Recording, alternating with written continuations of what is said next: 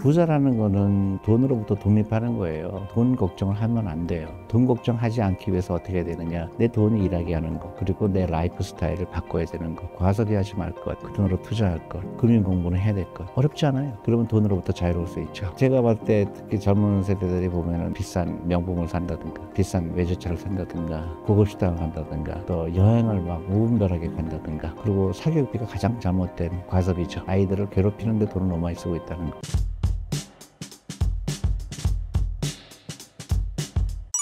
내 집 마련에 고통받는 분들이 많은데 집을 꼭 사야 할까요?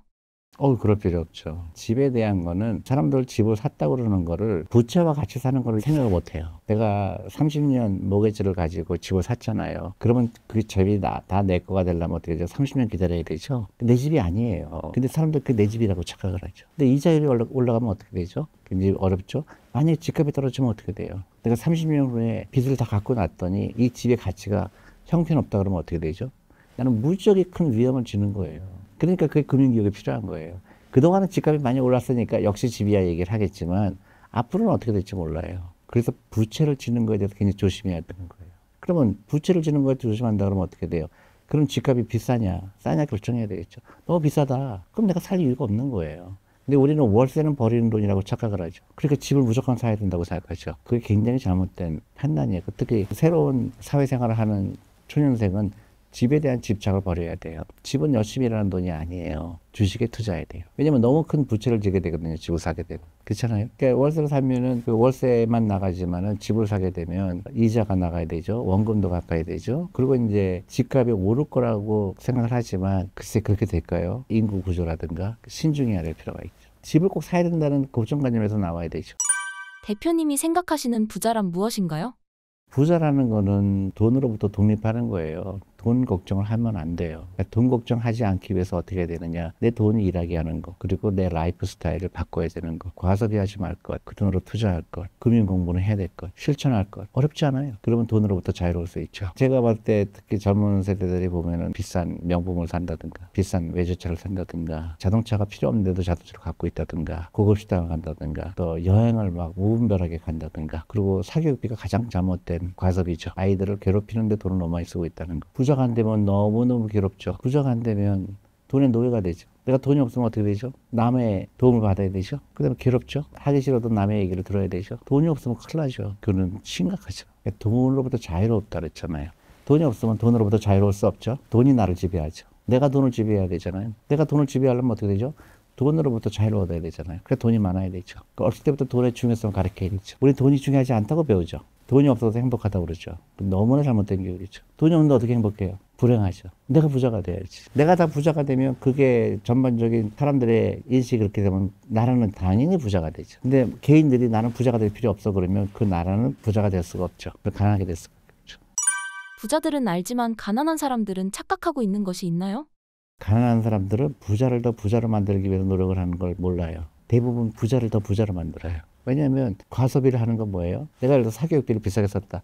그러면 그 과외 선생님은 부자가 되지만 우리 애들은 부자가 안 되죠. 내가 비싼 명품백을 사면 명품백 사장은 부자가 되지만 나는 부자가 되지 않죠. 그게 부자와 가난의 차이예요. 부자들은 가난한 사람들을 이용할 줄 알아요. 부자들은 모르고 그냥 돈에 대한 인식도 없고 그냥 부자처럼 보이려고 하다 보니까 가난하게 되는 거죠. 부자들은 고정관념이 없어요. 남이 나를 어떻게 보느냐가 중요하지 않고 내가 돈을 벌기 위해서 뭘 해야 될까로 생각을 해요. 근데 가난한 사람들은 남이 나를 어떻게 보느냐가 더 중요해요. 아, 내가 백을 사면 사람 나를 부자처럼 보겠지? 내가 좋은 차를 타고 다니면 사람 나를 부자처럼 보겠지? 그게 치명적으로 가난하게 되는 거죠. 사회 초년생들에게 전달하실 조언의 말씀이 있으실까요?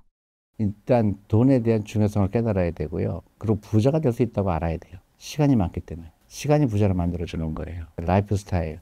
그러니까 월급의 10%, 20%는 무조건 투자를 한 다음에 나머지 소비할 것. 그리고 집에 대한 집착을 버릴 것. 꾸준히 할 것. 그게 전부예요. 뭐 ETF를 하더라도 어떤 주식형 펀드를 한다든지 주식을 하든지 무조건 100% 주식에 투자해야 되죠. 처음에 투자한다 그러면 그렇게 어렵게 생각할 거 없고 뭐 한국의 뭐 코스피 200이라든가 미국에 투자하고 싶으면 미국의 S&P 500 그것부터 시작하는 거죠. 초년생들은 우리는 너무나 매스컴이나 이런 데서 부정적인 메시지를 계속 받아요. 예를 들어서 집값이 너무 비싸서 당신들 월급 가지고는 집 살 수도 없다. 뭐 평생 모아도 안 된다. 뭐 계속 그런 얘기를 들어요. 그리고 부자들은 따로 태어난 것처럼 잘못된 인식을 해요. 절대 그렇지 않아요. 젊은 사람들, 사회초년생이 갖고 있는 가장 큰 무기는 뭘까요? 부자 될 수 있는 시간이 많아요. 시간, 복리의 마법을 이해해야 돼요. 지금은 물론 돈이 없겠죠. 나도 마찬가지였고. 근데 복리의 마법을 절대 믿어라. 가능한 한 많이 투자해라. 그리고 투자하는 방법은 장기 투자하고 월급의 10% 20% 무조건 하고 주위 사람들이 얘기하는 거 흔들리지 말고 꾸준하게 투자하고 10년 20년 기다려라. 그러면 절대 후회하지 않을 거다. 그렇게 생각해요. 신사임당 구독자분들께 한마디 부탁드립니다. 저는 이제 많은 유튜브를 시청하시는 분들한테 항상 얘기하는 게 그렇습니다. 부자가 되는 거는 재테크라고 해서 어떻게 엄청난 노하우가 돼서 되는 경우는 그럴 일은 없어요. 내가 똑똑해서 부자 되는 게 아닙니다. 끈질기게 투자하는 거, 변함이 없는 거, 그 다음에 부자 되는 라이프 스타일. 부자 되는 라이프 스타일은 가능한 한 투자를 많이 하고 소비를 줄이고 그 다음에 장기 투자하고 굉장히 간단해요. 그러니까 여러분들 절대 용기를 잃지 말고요. 지금 당장 시작해라.